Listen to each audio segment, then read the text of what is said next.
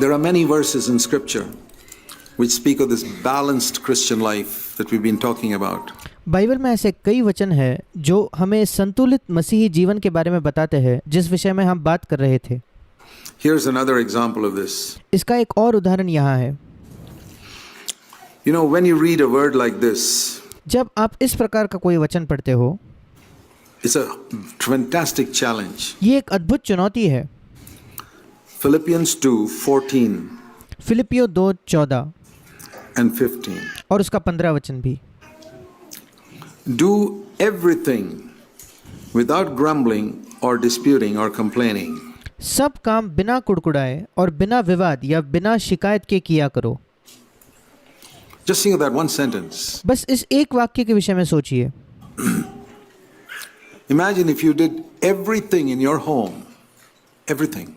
कल्पना कीजिए अगर आप आपके घर में हर चीज, सब काम Every day, हर दिन morning till night, सुबह से लेकर रात तक without ever complaining or grumbling, बिना शिकायत किए, बिना कुड़कुड़ाहट के, from morning till night, सुबह से लेकर रात तक, both you and your husband or wife. आप और आपके पति या पत्नी।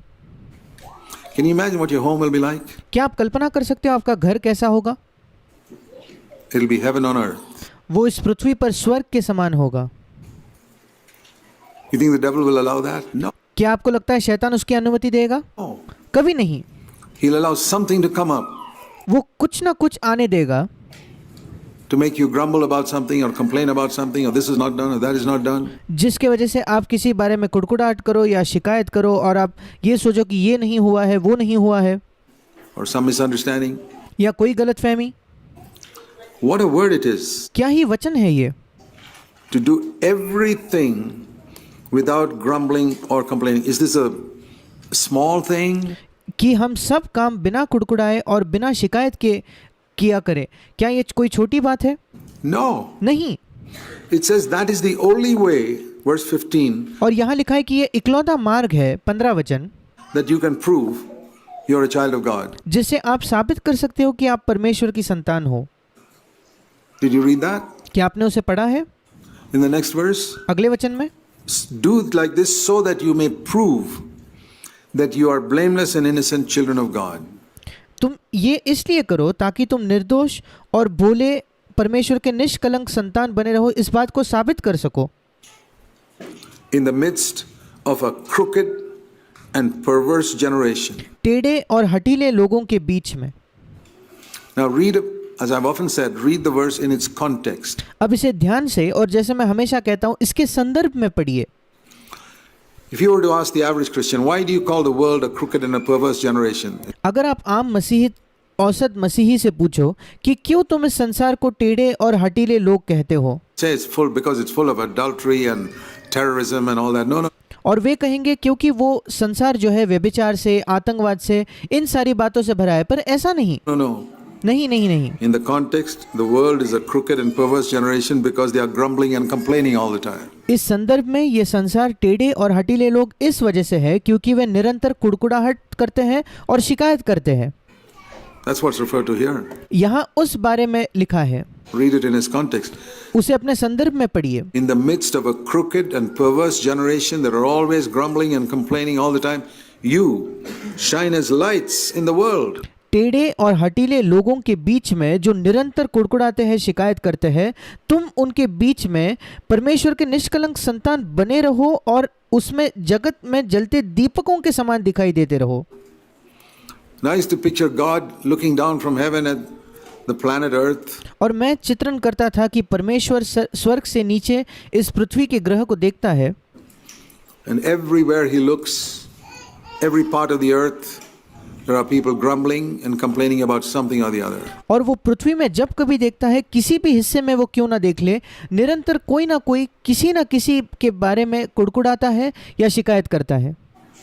Grumbling and complaining about their parents or about the government or some new laws or some financial difficulty or वो कुड़कुड़ाते हैं, शिकायत करते हैं उनके माता पिता के बारे में, सरकार के बारे में, कोई नया नियम आ गया है उस वजह से, या किसी और कठिनाई के बारे में, some sickness or always कोई बीमारी या कुछ और चीज, something to grumble or complain about every single day. वो हर दिन कुछ ना कुछ खोजते हैं जिसके वजह से वो कुड़कुड़ा सके, शिकायत कर सके। And this is what God hears. और यही परमेश्वर सुनता है। Darkness, darkness, darkness. But in the midst of this earth covered with the darkness of grumbling and complaining here and there, He's अंधकार अंधकार अंधकार, पर इस पूरे पृथ्वी में जहाँ अंधकार फैला हुआ है, इसके बीच में वो यहाँ वहाँ कहीं जगह पर कुछ देखता है, sees some spots of light, कहीं ज्योति चमक रही है। a few of His children, उसके संतान में से कुछ, not all His children, a उसके सारे संतान नहीं, few of His children, उसके संतानों में से केवल कुछ, who never grumble or complain about anything, but are always giving thanks for everything. जो कभी किसी बारे में भी कुड़कुड़ाते नहीं, शिकायत करते नहीं, पर निरंतर हर समय वे सारी बातों के लिए धन्यवाद दिया करते हैं। How can we live such a life? हम ऐसा जीवन कैसे जी सकते हैं? That's how Jesus lived. यीशु इस प्रकार जिया। Here's the answer. उसका उत्तर यहाँ है। Philippians 2, the previous verses, we always read everything in context. फिलिपियो 2 इसके पहले के वचन, और हर समय बाइबल को अपने संदर्भ में ही पढ़े। In context, we can understand it. संदर्भ में हम बाकी वचन भी समझ सकते हैं। The last part of verse 12, work out your salvation with fear and trembling. और 12वें वचन का अंतिम भाग कि डरते और कांपते हुए अपने अपने उद्धार का कार्य पूरा करते जाओ। Work out your salvation from grumbling and complaining. आपके उद्धार को किस बात से उद्धार है? शिकायत करने से और कुड़कुड़ाने से जो आपको उद्धार है, उस काम को पूरा करो। In the context, that's what it means. उस संदर्भ में यही उसका अर्थ है, With fear and trembling. डरते और कांपते हुए। How can I do that? मैं ये कैसे कर सकता हूँ? Because God is at work in you. मैं ये कैसे कर सकता हूँ? क्योंकि परमेश्वर तुम्हारे अंदर काम कर रहा है, To make you fulfill His good will, which is to do all things without grumbling and complaining. जिसकी वजह से तुम उसकी इच्छा पूरी कर सको, जो ये है कि तुम सारे काम बिना कुड़कुड़ाए और बिना शिकायत के किया करो। That's how I see this passage. इस अध्याय को, इन सारे वचनों को मैं इस प्रकार देखता हूँ। So it begins with God working in me. और इसकी शुरुआत होती है कि परमेश्वर मेरे अंदर काम करता है। Here's the balance. और यहाँ संतुलन है। God working in me, परमेश्वर मेरे अंदर काम करता है, and then I work it out. और फिर मैं उसे बाहर कार्य में लाता हूँ। Then my inner life will correspond with my outer life. फिर मेरा अंदरूनी जीवन मेरे बाहरी जीवन से मेल खाएगा। I must open myself for God to work in me. It's not me determining, okay, from today onwards I made a resolution. मुझे अपने आप को खोलना पड़ेगा कि परमेश्वर मेरे अंदर काम करे। ये नहीं कि मैं आज से निश्चय करता हूँ कि आज से मैंने ये निश्चय किया है, मैंने ये धारणा बना ली है And I'm going to live a godly life. और मैं एक ईश्वरीय जीवन जीने वाला No, हूँ। you won't accomplish it. नहीं, आप उसे नहीं हासिल कर पाओगे। It'll be just like the resolutions you made in the past. ये जो आपने पहले जीवन में निश्चय किए, ये बिल्कुल उसी के समान बन जाएगा। You need to say, Lord, I cannot live this life. आपको ये कहने की आवश्यकता है कि प्रभु, मैं इस जीवन को जी ही नहीं सकता, But I want you to work in me. पर मैं चाहता हूँ कि आप मेरे अंदर काम करो। And whenever the Bible speaks about God working in us, और जब कभी बाइबल बात करती है परमेश्वर हमारे अंदर काम करने के विषय में, it's always referring to the ministry of the Holy Spirit. वो हमेशा पवित्र आत्मा के सेवकाई के बारे में बात करती है। And what he's saying there is, let me work in you. और वहाँ वो ये कह रहा है कि मुझे तुम्हारे अंदर काम करने दो। Listen to the voice of the Spirit पवित्र आत्मा की आवाज को सुनो and obey those promptings और पवित्र आत्मा जैसे चलाता है उन बातों को मानो and work it out. To work और उसे कार्य में लाओ। out is to do what the Holy Spirit prompts us within. और कार्य में लाना, इसका मतलब ये है कि हम बाहरी तौर पर वो करते हैं जिसे करने के लिए पवित्र आत्मा अंदर से हमें प्रेरणा दे रहा है। And we got to develop the habit of listening to the voice of the Spirit. और हमें इस आदत को विकसित करना है कि हम पवित्र आत्मा की आवाज को सुना करें, Like Mary. जैसे मरियम ने किया। In those days it was Jesus who was on earth, उन दिनों में यीशु था जो इस पृथ्वी पर था, the second person of the Trinity. त्रिएक परमेश्वर का वो दूसरा भाग था, दूसरा व्यक्ति था। Today it's the Holy Spirit, आज पवित्र आत्मा है, the third person of the Trinity. त्रिएक परमेश्वर का तीसरा व्यक्ति। But the Holy Spirit speaking और जब पवित्र आत्मा बात करता है, just like Jesus spoke when he was in Israel. बिल्कुल वैसे ही जैसे यीशु बात किया करता था जब वो इस्राएल में था। But we have to have ears to hear. Why पर हमारे पास सुनने के लिए कान होने चाहिए। did Jesus often say, he who has ears to hear, let him hear? क्यों यीशु मसीह बार बार कहता था कि जिसके सुनने के कान है वो सुने? It's a phrase that comes every now and then. ये एक कथन है यीशु का जो कई बार हम देखते हैं। It's because not everybody has the time or interest in wanting to listen to what the Holy Spirit is saying. उसकी वजह यह है कि हर एक व्यक्ति के पास ना तो समय होता है ना दिलचस्पी होती है ये सुनने के लिए कि पवित्र आत्मा उससे क्या कह रहा है। We think we can manage on our own, हम सोचते हैं कि हम अपने आप से कर लेंगे and we have to humbly acknowledge, और हमें नम्रता से ये मान लेना होगा, I cannot do it, Lord. मैं ये नहीं कर सकता प्रभु।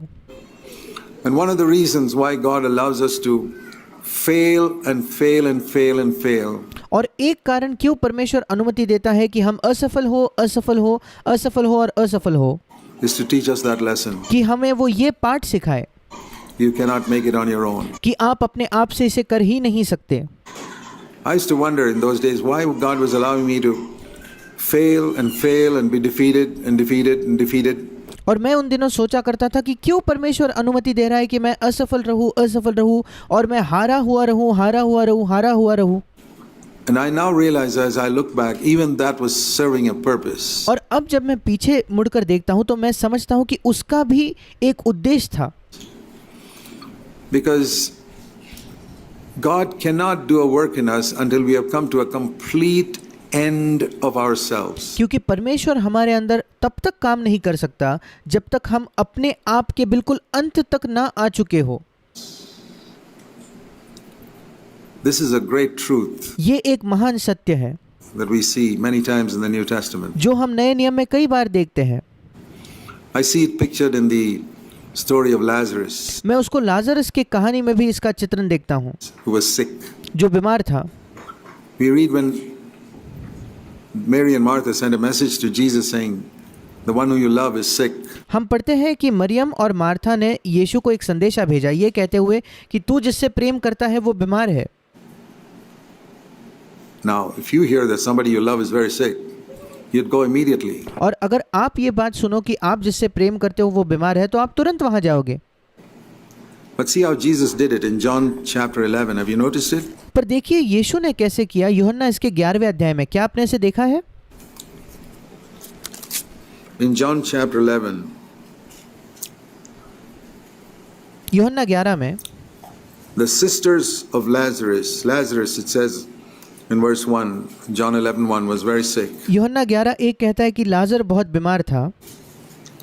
And Mary and Martha sent a message to Jesus saying, Lord, verse 3, he whom you love is sick. और मरियम और मार्ता ने उसे संदेशा भेजा 3रे वचन में कि हे प्रभु जिससे तू प्रीति रखता है वो बीमार है। He didn't even have to mention the name Lazarus. They knew he'd understand. उन्हें लाजर ये इस नाम का जिक्र तक नहीं करना पड़ा, वे जानते थे कि प्रभु समझ जाएगा। The one you love is sick. जिससे तू प्रेम करता है वो बीमार है। Sick means seriously sick. बीमार का मतलब वो गंभीर रूप से बीमार है। And listen to this. और इसे सुने। When, verse 6, when Jesus heard this, now if you and I heard it, we'd rush.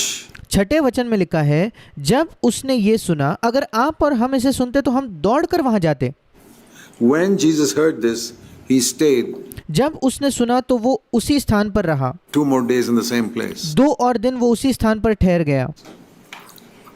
Jesus acted so contrary to the way other human beings react. जब दूसरे मनुष्य जिस प्रकार प्रतिक्रिया देते हैं उससे यीशु मसीह ने बिल्कुल भिन्न, बिल्कुल अलग तरीके से प्रतिक्रिया दी।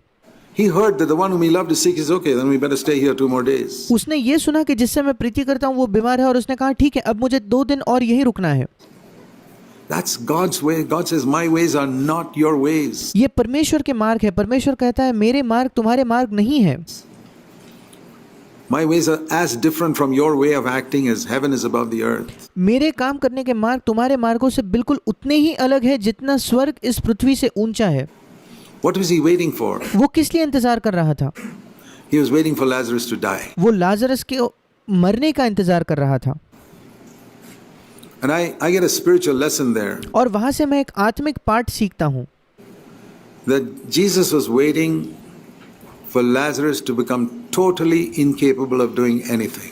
यीशु मसीह इंतज़ार कर रहा था कि लाजर अपने आप के लिए कुछ भी करने के लिए बिल्कुल असमर्थ हो जाए या बिल्कुल भी काबिल ना हो, उस समय का वो इंतज़ार कर रहा था। Then he said, I'll come and do something for you. It has a फिर वो कहता है कि अब मैं आकर तुम्हारे लिए कुछ करूँगा। spiritual lesson for us. उसमें हमारे लिए एक आत्मिक पाठ है। As long as Lazarus was struggling to live, जब तक कि लाजर जीने का संघर्ष कर ही रहा था, he said, no, I can't come. उसने कहा नहीं, मैं नहीं आ सकता, Not yet ready. मैं अब तक तैयार नहीं हूँ। And day after day he sinks and finally he can't even lift a little finger. और दिन प्रतिदिन उसकी हालत बद से बदतर होती जाती है, जब तक कि वो एक छोटी उंगली भी नहीं उठा पाता।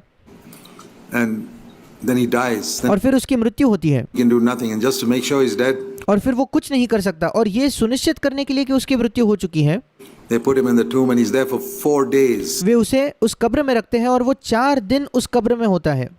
And then Jesus comes फिर यीशु आता है and says, Lazarus, come forth. And he rises up. और वो कहता है लाजर बाहर आ, और वो जी उठता है। This I discovered is the way the Lord wants to work with me. ये मैंने पाया है कि इस प्रकार परमेश्वर मेरे साथ भी काम करना चाहता है।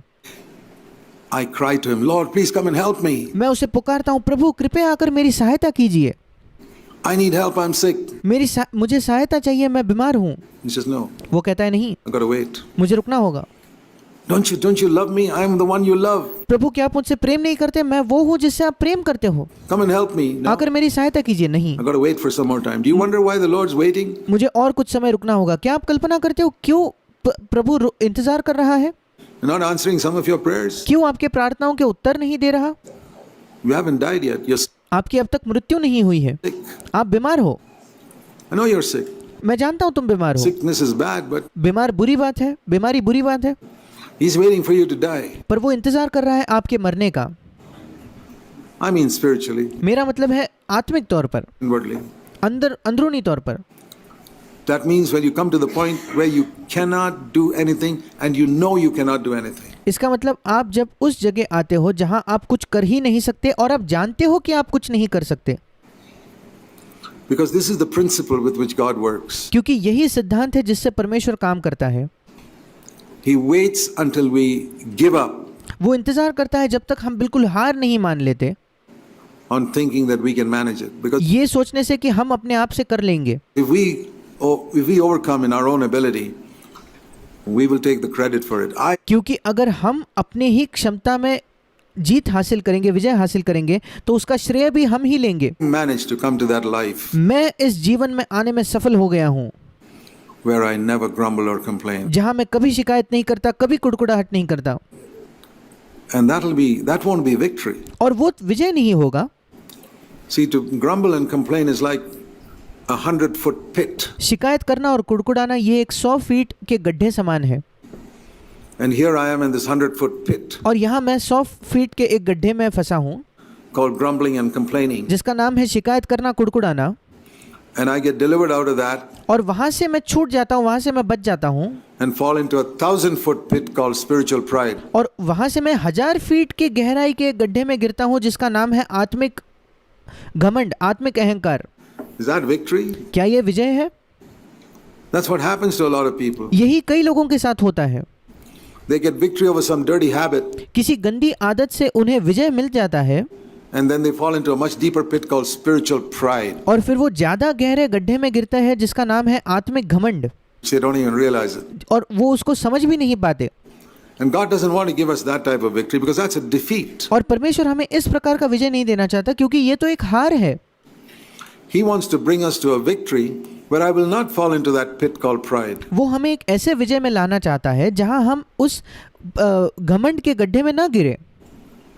And that the only way he can do that is by allowing us to repeatedly fail.